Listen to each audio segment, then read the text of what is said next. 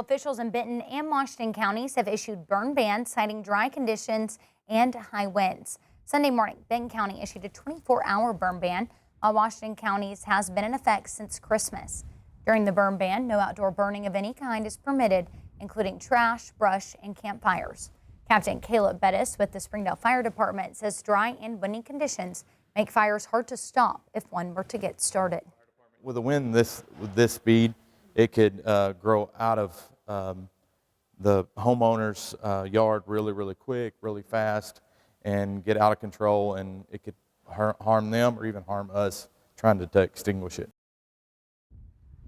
Madison County is under a burn ban as well, and officials are asking everyone to do their part. If you see illegal burning, report it to county police. Violation of burn bans could result in criminal or civil penalties. And Bentonville police are investigating a shooting that happened late Sunday night on Northeast 11th Street. Officers responded to reports of shots fired and found one man who had been shot. According to police, the man is in stable condition at Mercy Hospital in Rogers. The suspect was located and taken into custody shortly after the incident. Investigators believe that there is no ongoing threat to the public. And a Texas man who had been missing for several weeks was found dead in a Walmart parking lot in Springdale. 78-year-old Hector DeBarris, he was reported missing on December 13th. Springdale police say that his body was discovered on Saturday inside a van parked outside the store. His son released a statement saying, in part, quote, "As we move forward, we will allow law enforcement time to complete their investigation to ensure that foul play was not a factor in my father's passing." According to a release from the Springdale Police Department, an investigation into his death is underway.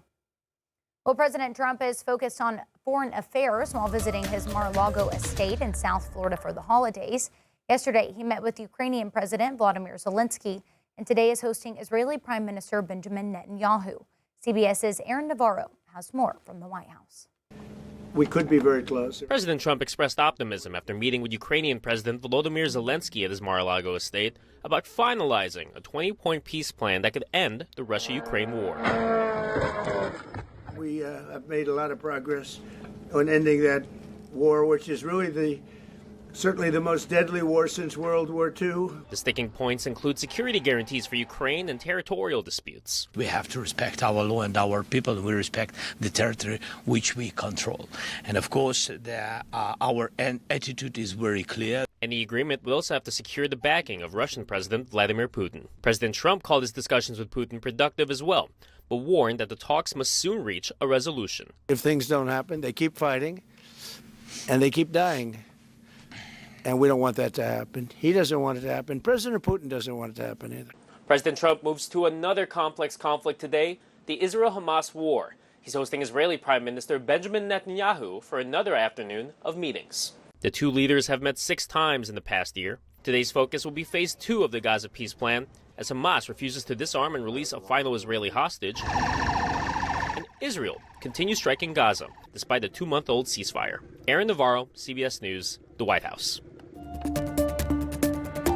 Well, we are less than 3 days away from the new year, and that also means several new state laws are about to take effect, including one that could help you save money at the grocery store. Beginning on January 1st, Arkansas's 0.125% state sales tax on food like meat, fish, eggs, poultry, produce, and bread will go away. The change is expected to save consumers statewide between $10 and $12 million each year. The consumer's tax bill will not be zero because on non-food items they're still paying a tax. This is simply on grocery items. And then you also have the soft drink and the candy portion of that tax that also will not go away. State leaders say even though the savings may seem small, every little bit helps. Well, other laws that are going into effect on Thursday include Act 948, which bans state entities from hiring unauthorized immigrants. Act 708 changes unemployment benefits and requires a person receiving them to report at least 5 work search contacts weekly to the state job board. Act 631 allows those using SNAP benefits to meet work requirements by volunteering at any public entity that receives state funding. And Act 748 increases the disability onset age by 20 years. This means that if a disability occurred before the age of 46, the person can be eligible for tax advantage savings accounts.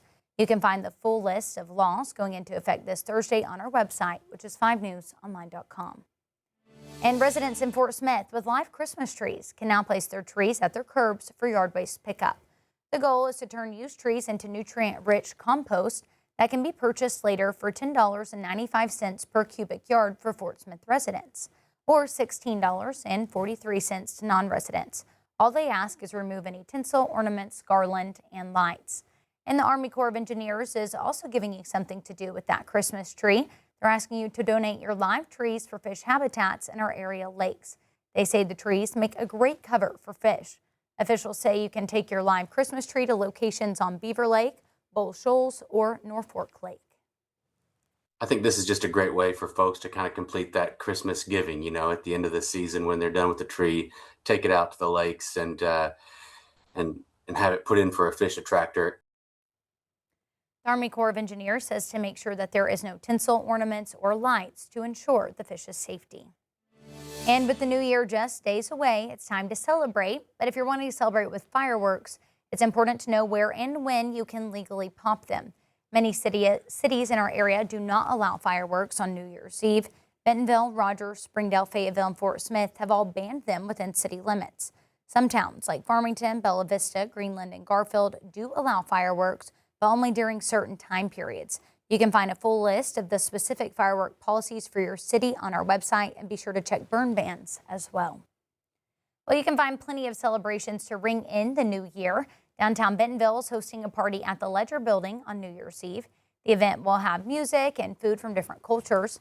In Fayetteville, Theater Squared is holding a 1920s inspired celebration with drinks and music. And Fort Smith is bringing back its New Year's Eve ball drop on Garrison Avenue. Van Buren will hold its Countdown on Main, featuring live music and shopping downtown. And we want to remind you that you can text NYE or New Year to the number right there on your screen, 479-785-5000, and we'll give you a list of those events going on near you.